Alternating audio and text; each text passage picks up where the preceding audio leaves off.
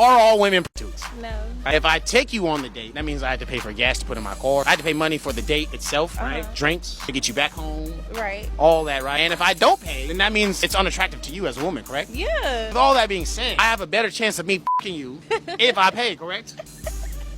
Yeah. So, therefore, women are prostitutes. What did he say? One thing I've learned post-divorce is just how easily replaceable we are in people's lives. And I think that I can't generalize to all men and women. I think that every individual is unique. But what I have seen and what I personally experienced is that we can decide to be with someone for a really long time, invest, devote ourselves, think that we are creating something really special and truly irreplaceable. And when you leave that, you realize how quickly your role can be played by anybody else.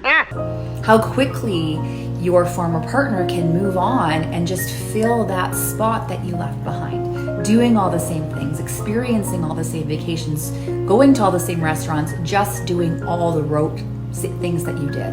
When you see that happening, it truly makes you feel like nothing was special, nothing is sacred. You know, and I'm going to be honest with you. Tomorrow my kids are leaving to go to on a vacation with my former partner, something that we did every single year on Christmas. Well, we had kids before kids for like 26 years. We got engaged there, we got married there. It was all special. And this year he's taking his new partner with the kids and are all doing this big new blended family thing to the same place at the same time. So I'm triggered. Just like a woman. Not that I don't want them to have a great time, it just kind of spawned an idea in me that we are so easily replaceable and almost nothing is sacred. Yeah, now you can feel how life really goes. Sometimes may be good, sometimes may be shit. When you go through a divorce, you know, you get married, you never plan on getting a divorce. When you get married, so you get married and you start planning this life with this person, and as the years go on and you have children with the, I mean, you plan it, you see the future in your head. And so when all that goes away, and it completely does, it is a death. It really, really is, and you grieve it like a death. Nope, I don't believe that women regret divorcing the husband initially. Maybe later on, when they see that the husband has moved on and created another life for himself, then they start regretting. Because believe it or not, men do better over time after a divorce. Not initially, but over time, yes. And it's very, very hard to get through. And then it is a rebirth. So when she said that, of course that hit home with me, because it's a death, it's a rebirth, it's a new beginning, it's all of it, and it's really hard. Then what the F do you keep filing for dumb reasons? Women. One alimony tip can end up paying you hundreds of thousands of more dollars up front. Many women I talk to as a divorce specialist think that they have to get paid alimony on a yearly basis. Many women don't understand that you can actually get an alimony buyout. And this is where you get paid all the alimony up front. One of the benefits of this type of alimony is that, one, you cut all ties with your ex-spouse. So you get the buyout and you don't have to worry about being paid out alimony every single year. The second thing is, a lot of times alimony can stop if your spouse loses their job or potentially if you get remarried. So if you get a buyout up front, this will stop complications that could come down the line. Fellas, still wanna get married? Listen to the following message very carefully. This is what I need for my fellas to do, because there's been a declaration of war against us. There's been a declaration of war against men. There's been a declaration against war or of war against men when it comes to society. It's a declaration of war against men when it comes to our social norms, what we embrace with regard to culture, against our families, against our children, and more importantly, from the women that we love. Contrary to popular belief, men want to, and this is the thing that women truly don't understand. Men want to take care of you. That's our natural state. That's the thing that God has ordained us to do. That's what we're naturally inclined to do. And so when we don't take care of you, that means that we have to make a conscious decision to do things that's different from what it was that we were created to do. But the threats aren't external. The threats are internal. It's your friends, it's your family, and it more importantly is usually the person that you sleep next to that then condition you to start thinking a different way, right?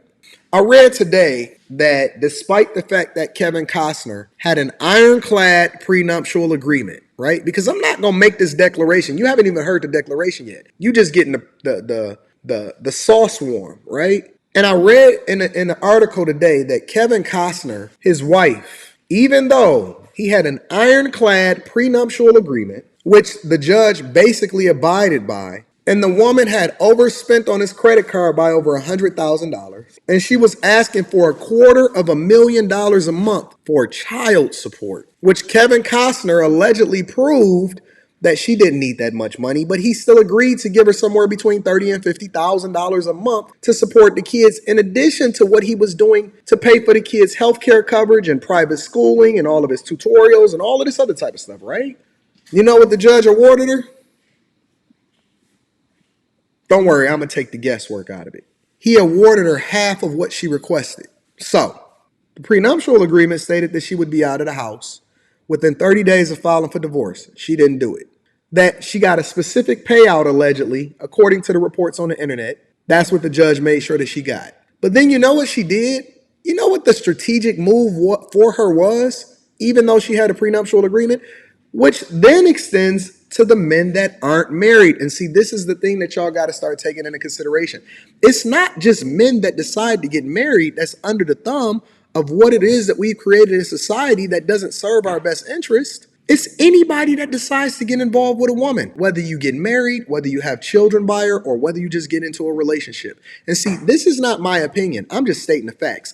The judge gave her half of the $250,000 per month in child support. Had nothing to do with the prenuptial agreement. Child support is completely separate from the prenuptial agreement. And he gave her half, allegedly, according to what I was reading this afternoon, right?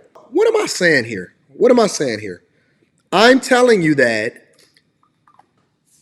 until they update the family court laws, until women stop having children out of wedlocks and opening up their legs to everybody that came before the man that they saying that they want to marry. Here's my declaration. As a man that has been married for 19 years straight, and my wife is sitting there making me some tea right now because they certainly don't make them like her no more. Until everything changes, our cultural and social norms, then this is not just as it relates to the black community. This is our Western culture and social norms right now. I am advocating for all of my men to put a hold, put a stop to it, and do not, I repeat, I am not going to repeat myself, do not get married